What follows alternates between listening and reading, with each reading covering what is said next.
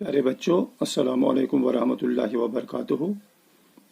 हम पिछले 2-3 दिनों से 7th क्लास की सोशल साइंस की किताब और एनवायरनमेंट का 5वां टॉपिक वाटर पढ़ रहे हैं। वाटर में हमने कई चीज़ें देखी।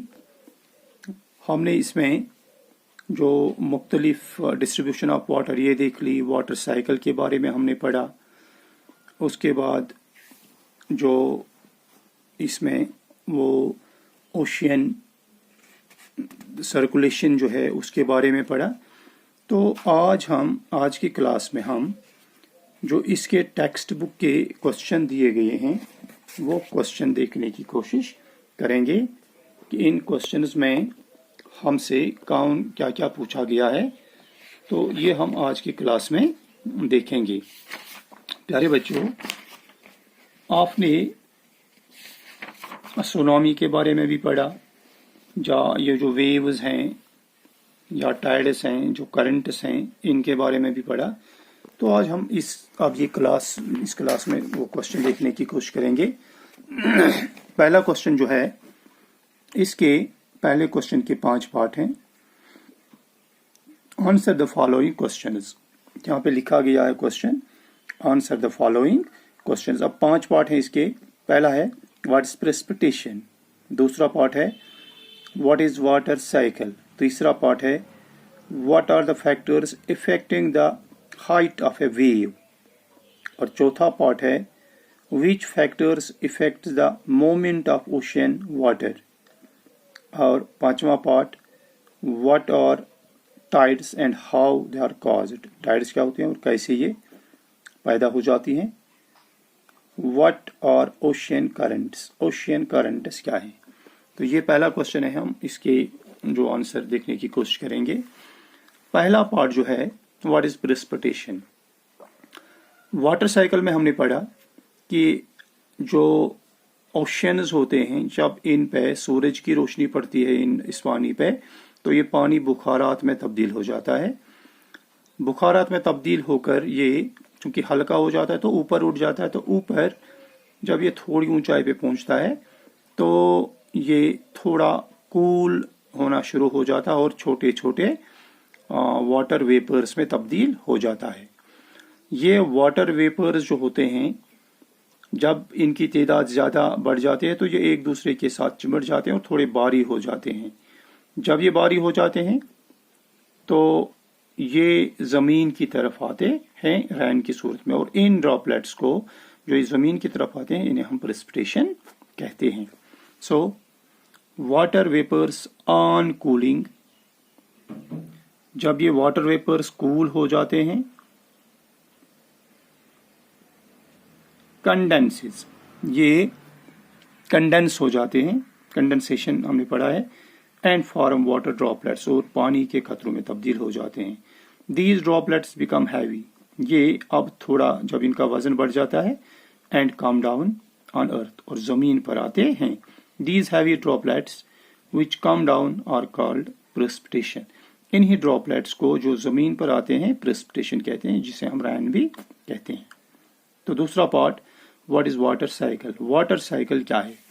वाटर साइकिल में हमने पढ़ा है कि बुखारात पानी में, पानी बुखारात में तब्दील हो जाता है। ये बुखारात जब ऊपर चले जाते हैं तो वहाँ पे कंडेंसेशन हो जाती है, बादल बन जाते हैं, फिर बादल कूल होके ड्रॉपलेट्स बनाते हैं, और ये ड्रॉपलेट्स बाद में नीचे रेन की सूरत में आकर दोबारा ज़मीन पर आ जाते हैं और थोड़ी बहुत जज़ब हो जाते हैं, और बाकी जो होते हैं वो डायरेक्टली वॉश अवे होके दोबारा ओशियंस में चले जाते हैं। तो इस तरह एक साइकिल सा बनता है, ये कंटिन्यूसली प्रोसेस है। तो ये सर्कुलेशन जो इसकी होती है इस पानी की, कहाँ से, ओशियन से, फिर एटमॉस्फेयर में, फिर एटमॉस्फेयर से दोबारा ज़मीन पे, तो इस सारी अमल को हम वाटर साइकिल कहते हैं। फिर तीसरा part what are the factors affecting the height of waves. Waves जो हैं इनकी हाइट पर कौन कौन से फैक्टर्स असरअंदाज होते हैं। यानी जनरली जो इनकी हाइट नॉर्मल हाइट होती है, लेकिन कभी कभी ये काफ़ी ऊंचाई तक की जाती हैं, जिसे हम सुनामी भी बाद में कहते हैं। तो कौन से अवामिल इसके लिए जिम्मेदार हैं? स्टॉर्म, जो तेज हवाएं चलती हैं, ये इन वेव्स को बढ़ा देती हैं। अर्थक्वेक होगा, वॉल्केनिक इरप्शन होगा, या अंडर वाटर लैंडस्लाइड्स।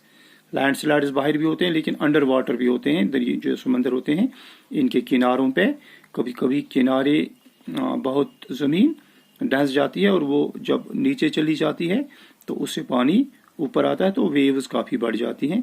ये वो फैक्टर्स हैं जो वेव्स की हाइट को असरअंदाज करती हैं। फिर अगला पार्ट है which factors affect the moment of ocean water. Ocean water जो है इसकी जो मोमेंट, लगातार मोमेंट रहती है, इसमें कौन कौन से फैक्टर्स असरअंदाज करते हैं इन्हें? विंड भी इसमें आती है, ग्रेविटेशनल पुल जो सन मून का होता है जिससे कभी कभी वो हाई टाइड्स या लो टाइड्स पैदा हो जाती हैं।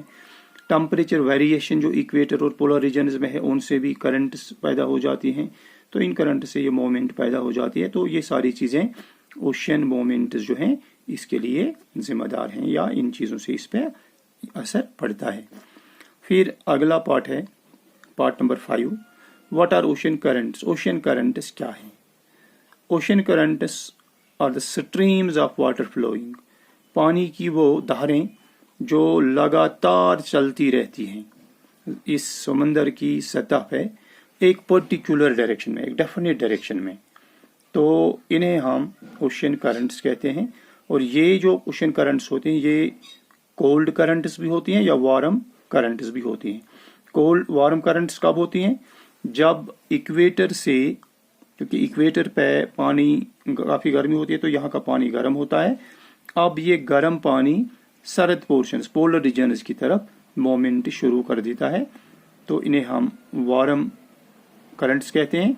लेकिन कभी कभी क्योंकि जब ये वहाँ चले गए तो वहाँ से अपने लिए जगह तलाशनी है, जगह ढूंढनी है, तो वहाँ का पानी उन कोल्ड रीजन से, वहाँ सरद होता है, वो पानी इस गैप को पूरा करता है, तो वापस वहाँ से जब वेव्स आती हैं, ये पानी की मूवमेंट होती है, तो उन्हें हम कोल्ड करंट्स कहते हैं। प्यारे बच्चों, ये था इसके मुतालिक जो सवाल आते, और कल हम देखेंगे इसके कुछ अगले और क्वेश्चन है वो कल की क्लास में हम देखेंगे। तब तक के लिए खुदा हाफिज, स्टे होम, स्टे सेफ।